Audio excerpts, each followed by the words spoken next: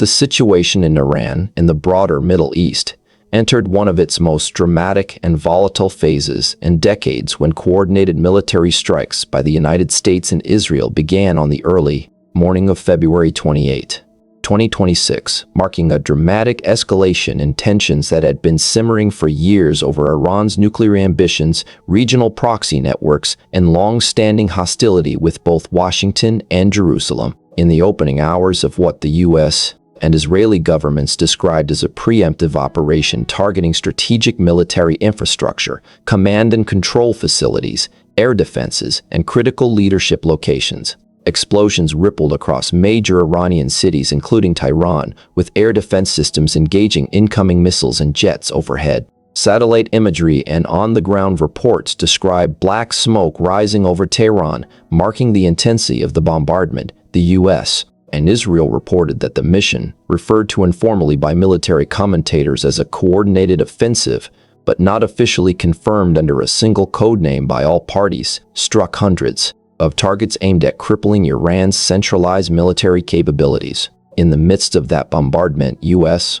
President Donald Trump took to social media to announce what he said was the killing of Iran's supreme leader, Ayatollah Ali Khamenei, declaring that intelligence and highly sophisticated tracking systems had located and struck the leader, whom he described in his post as one of the most evil people in history. Trump framed the action as both justice for victims of Iranian state violence and an opportunity for Iranian citizens to reclaim their nation from what he termed a repressive theocratic regime. Within hours, Iranian state media confirmed the death of Ayatollah Ali Khamenei, broadcasting the information on state television and announcing a national period of mourning lasting 40 days along with a week of public holidays, a traditional expression of loss and tribute in the Islamic Republic. Khamenei, 86 years old at the time, had ruled Iran since 1989 and was the architect of its modern theocratic power structure, presiding over the Revolutionary Guard Corps' expansion and systemic suppression of dissent.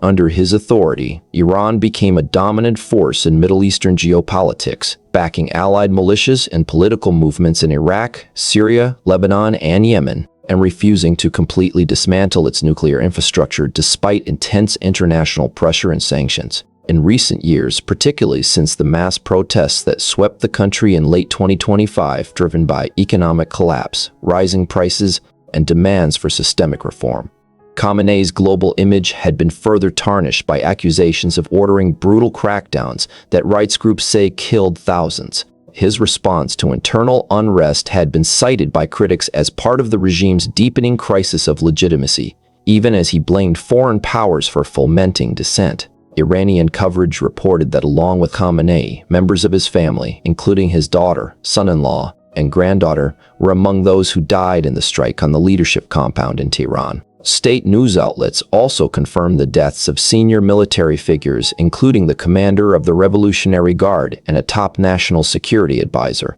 signaling not just a symbolic loss but a dismantling of the top layers of Iran's command structure. The Iranian judiciary's online portals referred to these figures as martyrs, and Revolutionary Guard statements vowed a most ferocious offensive operation in history against both Israeli and U.S.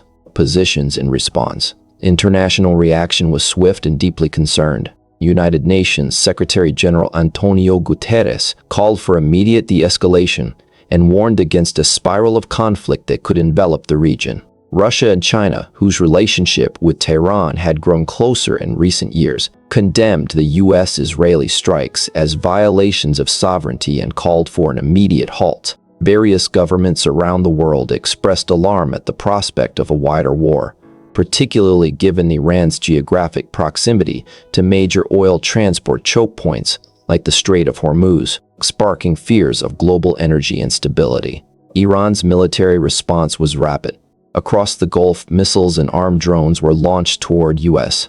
bases, Israeli civilian centers, and allied forces in Kuwait, Qatar, Bahrain, and the United Arab Emirates. Interceptions by Allied air defenses limited some damage, but rockets reached residential areas in Tel Aviv and struck infrastructure in Gulf states, resulting in casualties and heightening fears of an expanding battlefield.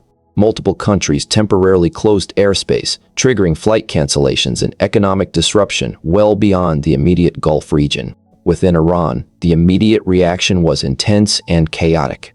Urban centers filled with news of blacked-out neighborhoods, reports of civilian casualties, and urgent efforts to mobilize defenses, while state media played footage of official mourning announcements and revered Khamenei's legacy. Social media and independent observers described both devastation in key districts of Tehran and defiant crowds absorbing the shock of losing a figure who had dominated Iran's political life for more than 3 decades.